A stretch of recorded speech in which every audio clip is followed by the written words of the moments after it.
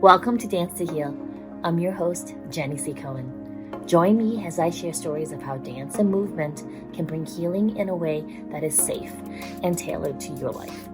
I'm a cancer survivor, mother of two, and an award-winning performer who found that movement was vital to my recovery. I created Dance to Heal Wellness and also authored the best-selling book, Outside in Recovery, Dancing My Way Back to Myself After Breast Cancer. I will bring new techniques to help you on your dance journey and healing path. Are you ready to move? Dance to Heal starts now.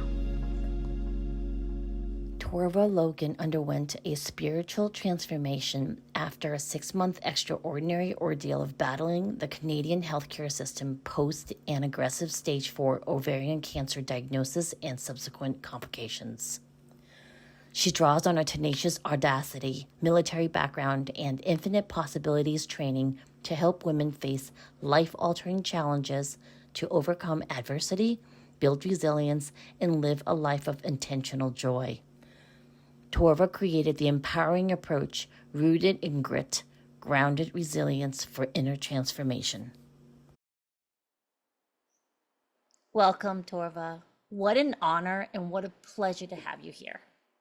Thank you so much. It's an honor to be here. So audience, I'm going to directly speak to you right now. Torva is one of my heroes because we're both survivors, and yet she was this advocate for herself in the medical system. And I just want to, okay, before we talk about like Jenny's take on it, I remember when I was in the middle of treatment, it was enough just to take a breath and take another breath and then bribe myself with dance activities to continue my treatment. How did you summon the courage to speak up against the system that was being so unfair to you at the time? It's interesting because, when I was going through everything that I was going through, by the time I really had an opportunity to speak up against the system, it had just really screwed up. I mean, it left me to die. I had to leave the country to get medical treatment. So I had to leave Canada to get treatment in the United States. Thank God I was able to do that. And I already knew so many people that had been screwed over by this same system. Whether that was before I got cancer, I knew of some people that were close to home. And after I started to talk about what was happening to me, I started to hear from other people too. So when I was challenged with this, this really offhanded remark by the Minister of Health that the healthcare system doesn't always get it right and folks are allowed to complain, I was infuriated. So much so that I no longer cared. I didn't need courage at that point.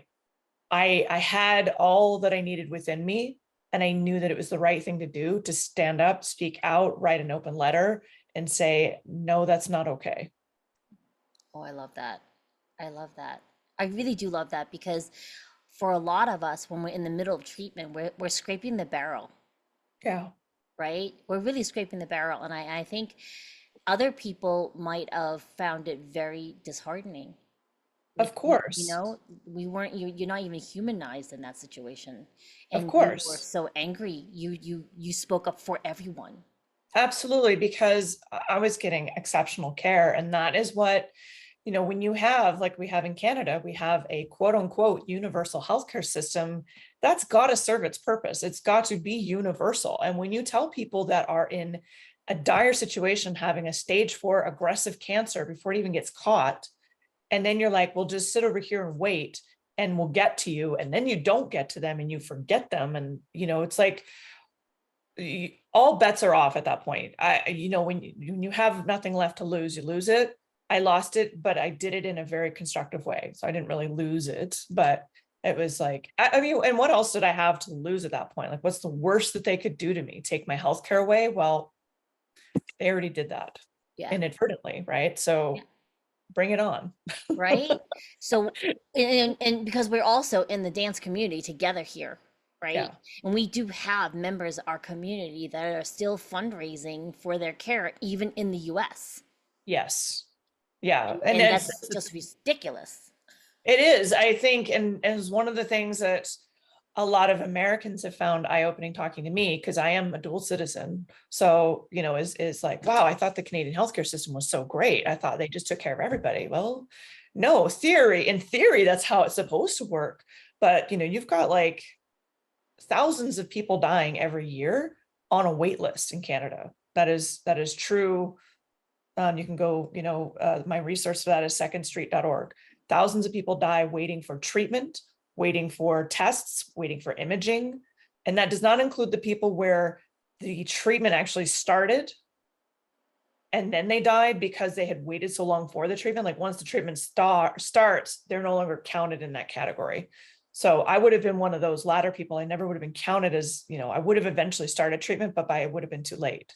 By the time I finally got to start treatment in the States, I was weeks away from the end of life. And that was another thing for me, this whole journey, Jenny, of like, and you probably know this, of like, you're facing your mortality and you just stop caring about the things you used to care about. Like, oh, what if someone sees me? Or, what if I rock the boat too hard? I love that. I really love that because you really do stop caring. You Yeah. do. You really do. Well, it's less also, it's more you understand what's important to care about, Right. Yeah. I think that's a better way of putting it. right? Yeah. Yeah, yeah. And I like the fact that you think the grass is greener on the other side of it, right? And it really isn't. It's always this being able to see fully where you are, what you're Yeah. not happy about, and then feeling empowered, or at least supported to do something about it. You know, Yeah. like Right. so like when my husband went through cancer, because he went through cancer 20 something years ago, and I Yeah. was working as an occupational therapist in the city at a very, very well-known rehabilitation hospital. And I remember my boss going, "Well, he'll be fine in chemo. You still come to work." And I said to her, I love her dearly. I Yeah. said to her at the time, "You're welcome to either hold my spot or give my job away. I will be my husband's side for every one of his chemotherapies because I worked in the nursing system. I mean, I was in Yeah. hospitals. I know Right. all the nurses who walk on water for me, by the way. I love nurses. I think they're the most amazing people in the whole world. I'm sorry, doctors, but they They literally are. keep, right? They keep the hospitals and all the things going, right? Yeah. Yeah. And I also knew how understaffed and overworked they are. And I was saying to myself, I already knew automatically, oh, he has to go through chemotherapy in a chemo ward, right? Ambulatory. I was going to be the one to bring him and be by his side. And if he needed anything, I was going to be there to help him and advocate for him Yeah. because I already knew. And then Yeah. he did the same thing for me when I went through my 16 cycles of chemo. He told his job, I will work from her bedside when she's getting her chemotherapy. She's That not was going by herself. No one's taking her. I'm going to be there. that was one of the things that made me so angry, is because I had to go to the United States to get treatment. I couldn't have that. My husband is a personal trainer, and this took us by such surprise. Was very much 100% like in person. We're shifting that now, but so he couldn't come to the United States with me. And so for the health minister to be so cavalier about my experience, yes, I spoke up for other people, but I was furious. Like, how dare you be so cavalier with the fact that I had to leave the country? And don't even get me started on how much I'm paying in taxes, or Yes. we're paying in taxes. But I couldn't have my husband there with me. And we're best friends. We're soulmates. Like, we are thick as thieves. It's just like any relationship. We've had our ups and downs, but we are really tight. Like, we are always there for each other. And that wasn't just taking its toll on me. It took a toll on him. Like, he could not be there for his wife. Uh, yeah. Yeah. Especially that first time you had to travel from Canada to the States, right? Yeah. Yeah. So I stayed in the United States the majority of the time. I was, so like 6 months. So from September to April, I was primarily in the States, staying with my parents. I came home and visited about every 4 to 6 weeks, depending on what was going on. Mhm. And yeah, the second time I was up here visiting, and I had a medical emergency. I had a bowel obstruction caused by my previous surgery where they took all the things out. I had an adhesive bowel obstruction, which is scar tissue. And it became obstructive while I was in Canada. We went to the ER. long story short, that hospital basically was like, we can't help you. So we're just going to let you sit here and hope it resolves itself, regardless of the fact that it was not clearly not resolving. They couldn't get me on a transport list because they couldn't get a doctor to accept me. They said it's going to be, the waiting list for transport was as long as her arm, whatever that means. And so we ended up unplugging me from the hospital. Like, here I am on a nasal gastric tube. I can't eat, I can't drink. And like just gunning it we have to go down island, get on a ferry, a 2-hour ferry to Vancouver. My parents are waiting, south of Vancouver. Donovan takes me all the way to Vancouver, like across on the ferry and everything. Donovan's my husband. And he can't go any further because he's got to go home. He's got to return to work. So, we're like tearfully hugging. My dad's like, we got to go so we can beat the rush to the border. Cause like, yeah, it was awful. And it was so unexpected. Like, that was probably one of the most traumatizing things that happened through this entire cancer journey, because I looked so like I was recovering. I had two chemos left, and I was doing really well. I started running a little bit, and he was like, wow, you're doing so good. And the next day, boom, I'm in the hospital with a tube up my nose. So it was, yeah. And then being, wrenched away to the US, and he's like, I know you're going to have surgery. Are you going to make it? So Yeah. this Gosh. is what I want to say. Anger is a positive emotion. It's an emotion. Every emotion, it has positive and negative components. So when people are like, oh, don't get angry, I'm like, no, screw that. Anger is a positive emotion. It can be a positive emotion. It's what you do with it that really counts. I love that. I'm just going to say, I love that on repeat. I'll have a button. I love that. And then go on to my next point. It's like the Staples button. Only it's My husband had emergency bowel obstruction surgery the May before I was diagnosed. So we absolutely understand. I understand. So audience member, we just want to explain to you something. When a bowel obstruction first shows up, for my husband, he thought he had gas, like just bad gas. He hadn't, and he had already, because he had testicular cancer that had spread up into his kidney. So he had a major surgery that he had a scar. It went from his the bottom of his sternum around his belly button all the way down to his pubic bone, like all the way down. So they had opened him up and took his insides and dumped him on his chest, and then cleaned out the lymph nodes that had cancer by the kidneys, and then kind of just flipped it back in. So so in 2014, that was 19 years before. And he, because he was so active, never had a bowel obstruction, even though we found out later that there was a high occurrence for bowel obstructions with that type of surgery. Yeah, like 20%. 20%. And he was that negative, that whatever weird on the bell curve, nothing. They were shocked he had a bowel obstruction. Yeah, after 19 years. Yeah, like, yeah.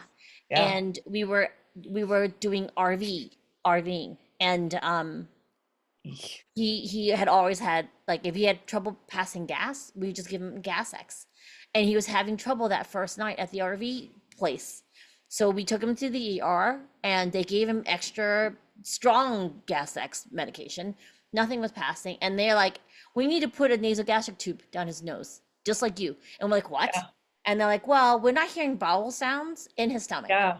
So there's a good chance that he and here's the thing, because he had cancer before, like you. Oh, that's scary. Yeah. Right? You don't know what they're going to find, because they don't know. They think it's a bowel obstruction, but they're not sure. Did the cancer go to his stomach? Like, we didn't know. Right. And even if it's a bowel obstruction, it could have been caused by a tumor, for all you knew. Exactly. Imaging. Yeah. That's exactly. scary. Right. And you're watching the tube drain, and then his wasn't getting lighter, and it wasn't clearing. And then all of a sudden it was, right? It was all of a sudden it was, you know what? We need to schedule you for surgery. We were lucky the next day, which was Monday then, there was a vascular surgeon coming on, what is it? Coming on duty. Yeah. And when he came out of surgery, he said to us, it's good I was there, because it was wrapped around his aorta, the scar tissue.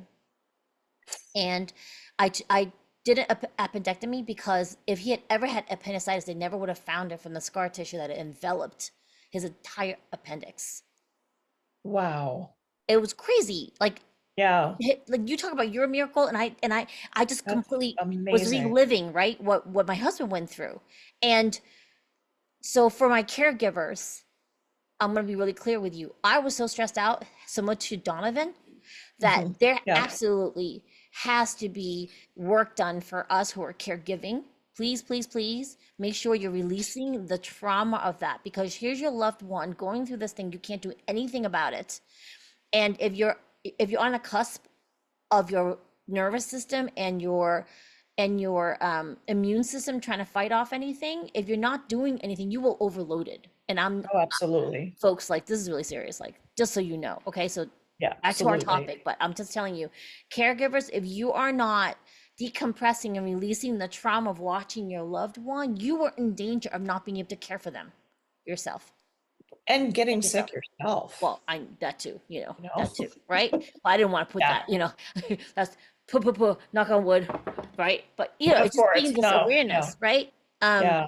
so now tell us what you want us to be aware of in terms of um, your present focus. Because, you shared with me before we hit the recording button that you were now speaking about rising from the ashes, which you did twice. Yeah, a lot of people, as I'm going through this journey, I hear comments like, wow, you're so strong. How do you do that? Like, how can you just get up and, kind of do this thing? And so I do talk about rising from the ashes because I think I've been through, I mean, we all have, right? But I've been through a lot of negative things in my life. And I remember from a very young age, I was being bullied in like middle school. Yeah. Actually, I was bullied in elementary school, but I remember in middle school having this thought of like, this is all happening for a reason. This is making me a stronger person. Mhm.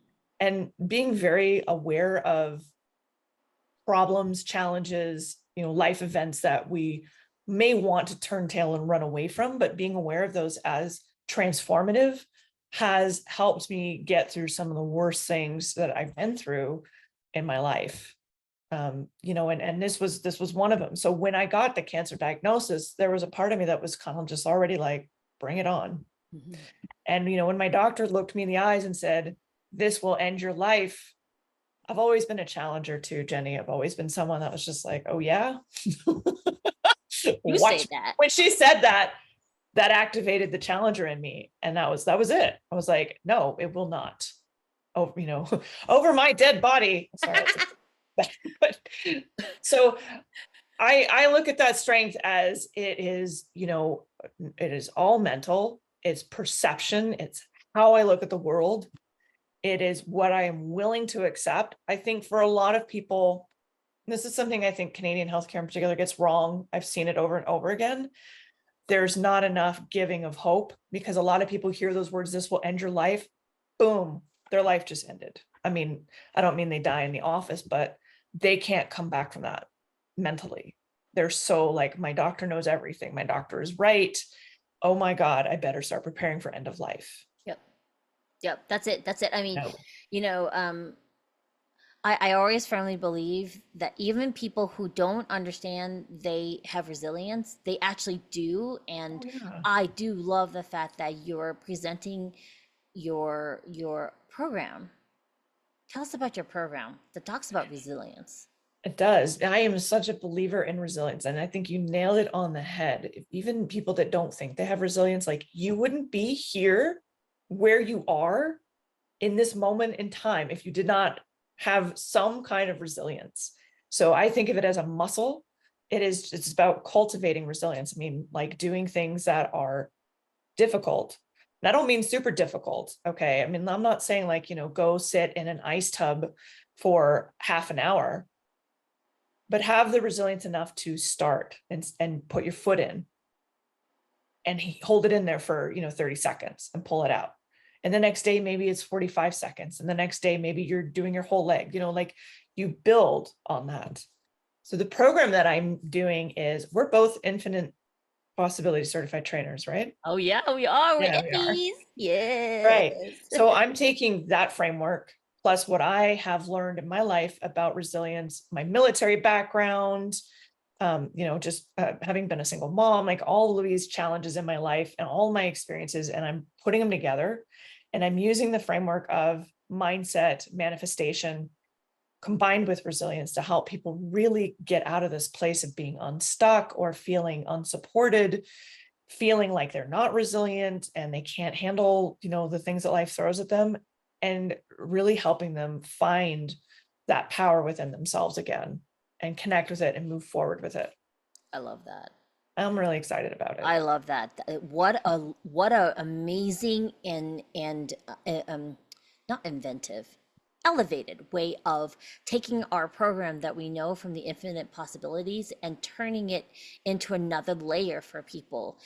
Yeah. I firmly always believe that there can never be enough healers in the world, ever, ever. We're on. There could be, a billion Yeah. people and 3 billion healers, and there still wouldn't be enough healers, honestly, because I just feel so strongly, right, that Sure. um, um, your audience member the audience member who's listening, who needs to be working with you, is listening to this right now. Tell us Yeah. what does the acronym GRIT, which is your program, what does it stand for? Right. Grit is a philosophy, and it's part of the program. It stands for Grounded Resilience for Inner Transformation. I think the grounded part is important too, because we can like, oh, resilience, resilience, resilience. And that's not just about like pushing through, gritting your teeth and just suffering through it. It's like it's staying present, it's staying grounded, it's dealing with it day to day. A long, long time ago in my history, I was going through some really awful things with my child in custody court. And yeah, my child was being abused. So, and I was being, gaslit and maligned by social services instead of helped. Mm-hmm. And that was awful. Like as a mother, all you want to do is protect your child, and to be, told like the cure the problem, and that if you keep, bringing this allegation up that, you're going to lose custody. It was horrible. Every day I would go to bed and I would cry my eyes out. And I would say, I would tell Donovan, like, because Donovan and I had just gotten married when this was going on. And I would say, I can't do this. I cannot do this. And I would cry myself to sleep. And I would wake up the next day and I would say, okay, let's go do this. It's like, my point is, it's a day to day. Sometimes it gets to be such a slog. Like you said, when you have cancer, like it's enough just to think to breathe. But it's important. It is important. So I have permission to speak on this for my daughter because she's now, over 21. She and her twin brother are 25, almost 26. And Wow. when she was going through her really, really challenging times, where she started to do pretty severe self-harm and was making plans to not be around anymore. And we were very lucky she decided to share that with me before that final acting of that step. And it's been hard. I mean, it's easier now and we have different challenges, but those first 2 years of not being able to, and she told us this, she didn't want us to trust her. Because we had like all our knives and scissors. Do you know pencil sharpeners have blades in them? We found everything, right? Everything that could be a point. She was using compasses for math. We had to take those away because there was a point to it. Everything that was sharp.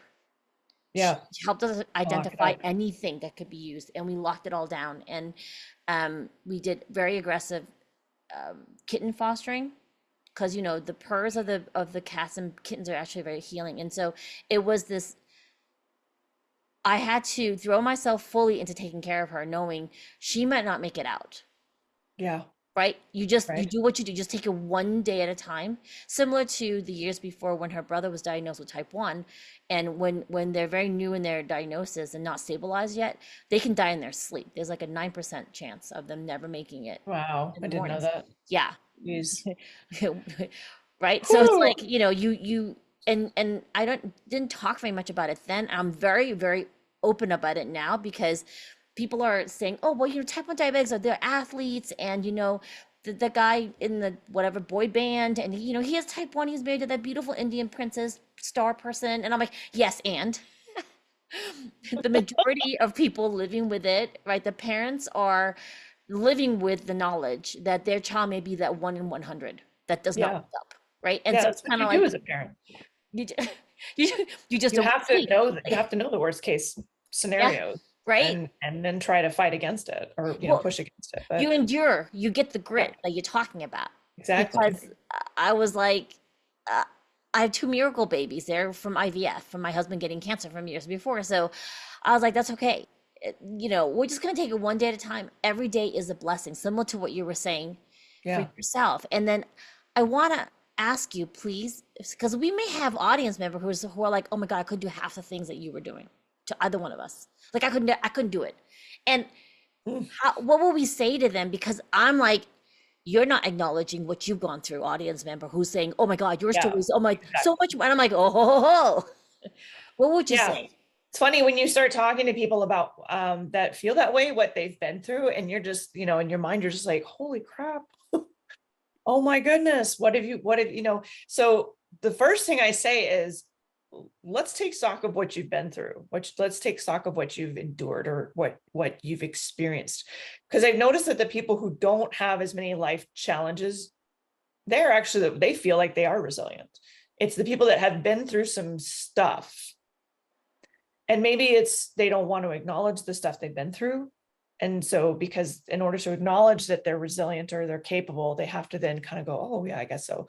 Like, gosh, I want to I want to use my husband as an example, but I won't like share his background. But he's Sorry, been through some Donovan. stuff. Yeah. Donovan, don't listen to this. No, I'm just kidding. He's been through some stuff in his childhood and his life, right? So but he's just like, I don't think I could do what you've done. And I was like, I know you. I know damn well you would. When your back's against the wall and you're faced with those choices, do you think maybe, well, I want to take the easy way out, but the easy way out isn't such a pretty picture. So, I that's what I say is, like, first take stock of what you've done. And secondly, like, change the way you're talking about it. Because I had just read earlier in 2023, Everything is Figure Outable by Marie Forleo. I Yes. loved it. It's like this whole, I mean, it's perfect. It's a perfect motto. Like, there is nothing that can't be figured out. And Nothing. that includes you. So you may not have all the answers. How am I going to get through this? Like, being resilient isn't about how am I going to get through this and having a plan and then being like, okay, first we're going to do this, this, this, and this. Because then your best laid plans, you know what they say. So I think it's about, first, acknowledge what you've been through. Second, change the way you're talking to yourself. You absolutely can get through it. And it may be every day just saying, sometimes it's, I don't have a choice. I'm going to get through this. I love And that. sometimes it's, I want to get through this. I can do it day by day. Yeah. Yeah. And so I want to make one point reminder for all the Donovans in the world who stuck by us, like my Michael, right? Yeah. There are just as many people I know of whose spouses left them during their cancer because it was too hard. Yeah. I I'm going to can't. acknowledge that right now, and nothing against them. It's just Yeah. for the person going through that event, and to have your spouse use that as a reason to leave. Many people that I've Right. witnessed it happening. I've met other clients when we were going through chemo that they're like single now because their partners left them. Even the Yeah. woman who was on America's Got Talent, a Nightbird, who passed away at a very young age, when she was diagnosed with cancer, her husband left her. Yeah.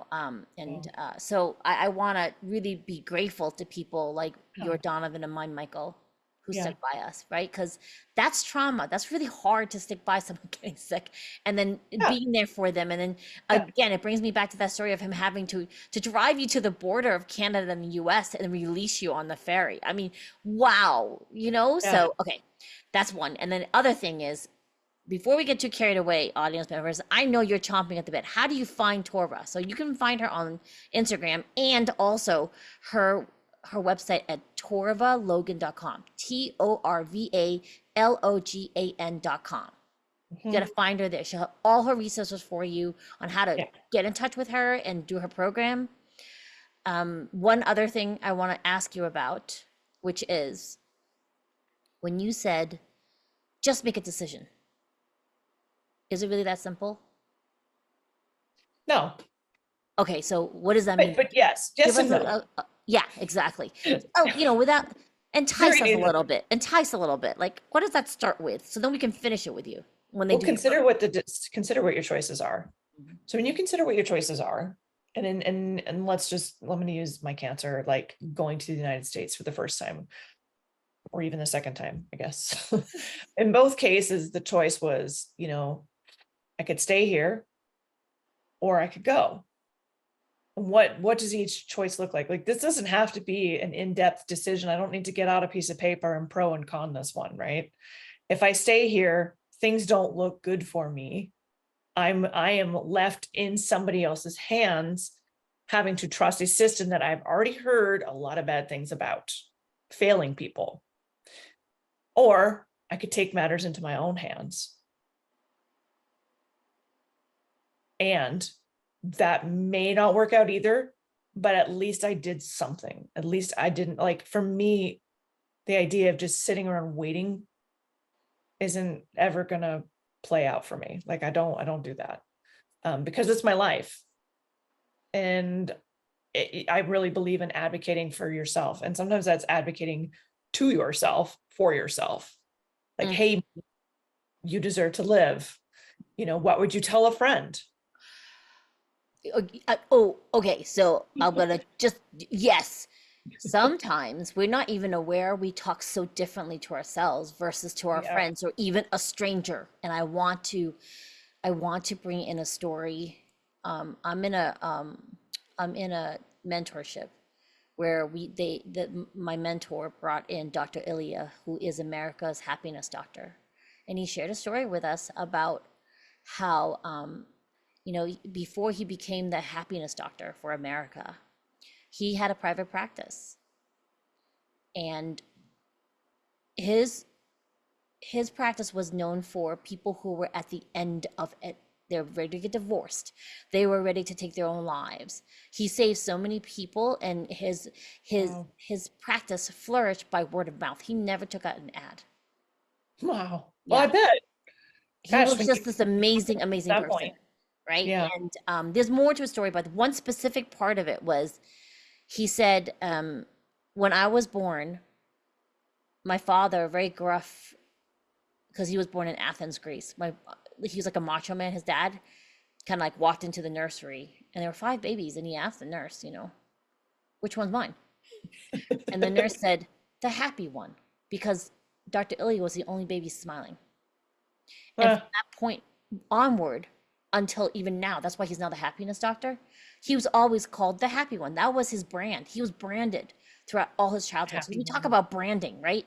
Or figuring out who you are, what's your sole purpose. And he said, unfortunately, in my practice, now remember, he worked in his practice for 19 years, saving people. And he said the majority of the labels people are given are not, oh, they're the happy one. Yeah. It was three labels or brands. It was either you were stupid, you were fat, or you were ugly. That was the predominant labels people were labeled with as babies. Huh. And he said, this is why it's really important for you to acknowledge that. You Wow. may carry, this inner voice that says you're ugly, you're fat, you're stupid, right? And to get in right in front of what you just suggested, Torva, what are your choices? You can Yeah. say, I'm not listening to that voice anymore. I choose this Right. new voice. Yeah. And then Yeah. from that perspective, then re-look at your choices. Because if you're like, Yeah. oh, I'm too stupid, then you don't have choices. You're too stupid to have choices. Yeah. I think, I mean, it always comes back to what we believe about ourselves. Even our beliefs about the world are shaped Absolutely. by our beliefs about ourselves. So, if you don't feel like you're capable, if you feel like you're too unworthy, then yeah, your choices aren't going to look so good, or you're not going to acknowledge choices that you really have. So like we said, if you were talking to somebody else, if you're talking to a friend or a loved one or someone that you think really hold in high esteem, what would you tell them? And you can come, I would tell you, I would say, well, then what's so different about you? And I know that people can easily come up with an answer to that, but you're wrong. Whatever you think is so different about you that what your good advice would be doesn't apply to you. No, no. Because right, the bottom line is if you're unable to do that, that voice that branded you as a baby is louder than your actual real inner voice. Right. Exactly. Or as a, as a child, like, yeah.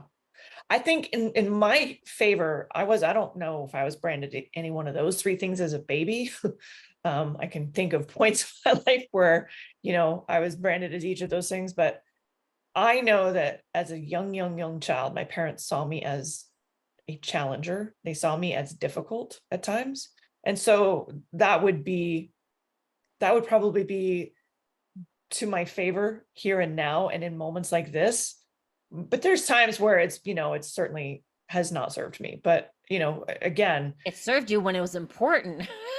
Served me, yes, did serve me when it was important for sure. And many times, like I said, I've been through enough, right? So I was leading a protest when I was 11 in school.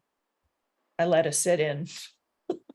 Well, there you go. And so here's the thing, though. If this is something you want to aspire to have this courage that was so innate to Torva, I ask you just to be answering to yourself, well, what if I were Torva, what would I do? What would my choices be? I'm gonna have to start making bracelets now that say, what would Torva do? Hey, listen, go to torvalogan.com. She might be offering you by the time this write that down. Episode launches, y'all. Like, you can be an early adopter, get it before they're like thousands of dollars. That's what I'm saying, because she's gonna turn it. Proceeds going towards ovarian cancer. That's exactly what I was gonna say. All right, so audience, I do need to bring this wonderful fast. How did this time pass by so quick?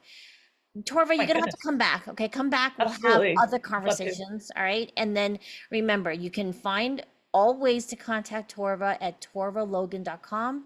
Remember, you still have my gift of the danceandheal.com course. And then we're going to see you guys next time. Thank you so much for coming, Torva. Bye-bye. Thank you so much for having me on. It's been a pleasure. Now, thanks for listening to Dance to Heal with Jenny C. Cohen. Come back next time to hear stories of recovery through movement and learn more ways that you can move your body. To work with me and continue your journey, visit outsideinrecovery.com. Are you ready to move?